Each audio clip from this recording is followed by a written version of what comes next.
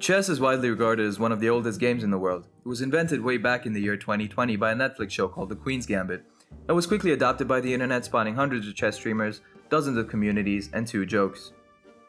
Considered to be a game for intellectuals, chess was sometimes used to teach war strategy, and during World War II, chess players would serve in a variety of roles from combat soldiers to intelligence officers.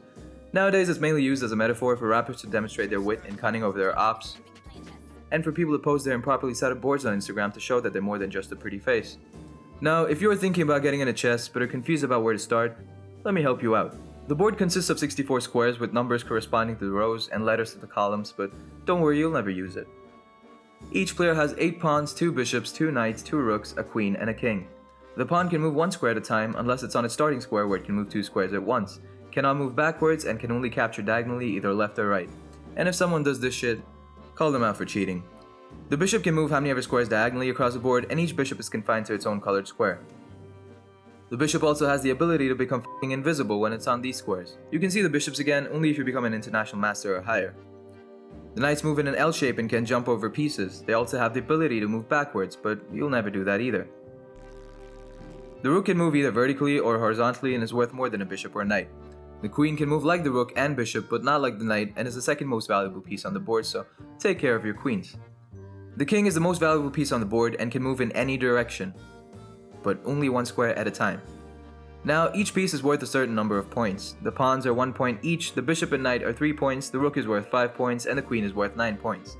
The king doesn't have a point value because it's priceless. If this is getting a bit confusing for you, ask someone who plays chess to explain which is more valuable, the bishop or a knight. That should really clear things up for you. If your pawn reaches the farthest rank from its original source, that is the 8th rank for the white pieces and the 1st rank for the black pieces, you're allowed to promote it to any of the other pieces, apart from the king obviously.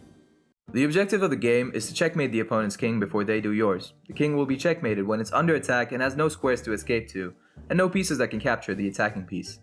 If the king is not under attack but has no squares to move to, and no piece that can move during its turn, it's considered a stalemate, which is a draw. Irrespective of material advantage, which is pretty fair. And also the white pieces move first, which is also pretty fair. Now that you know how to play, the question is where to play. Nowadays, the majority of games are played online, and you have 2 platforms to choose from, chess.com and Lichess. The prerequisite for joining either is to hate the other. And now that you know how to play and where to play, let me show you the path to becoming a chess pro. Play a few games online until your rating plummets and settles down nicely near 500, work your way up to 700 by learning from your mistakes, realize it's time to learn a few openings and watch a couple of videos on YouTube, follow until move 4 and decide you've learned enough and switch to learning gambits. Cruise on to 1000 rating and join the r/chess subreddit and watch people make mistakes and ask questions similar to you from a few weeks ago and make fun of them on r/anarchychess to stroke your inflated ego. Plateau at 1100 for months and decide to use some assistance to help you break the 1200 barrier. Get banned for cheating, create a new account and decide to start fresh. Put in effort this time and start learning opening lines until move 8. Win more games online and feel the joy being sucked out of your soul 2 seconds later when the analysis shows what a disappointment you are. Start doing puzzles. Wonder why your puzzle rating is 500 points higher than your rapid rating. Get hooked onto the online chess community. Start developing crushes on chess streamers. Get featured on Guess the Elo and watch Gotham Chess lose his mind for 5 minutes straight. Start studying obsessively. Play hundreds of games every day. Buy courses from all the streamers you follow. Realize most of the information is already online for free.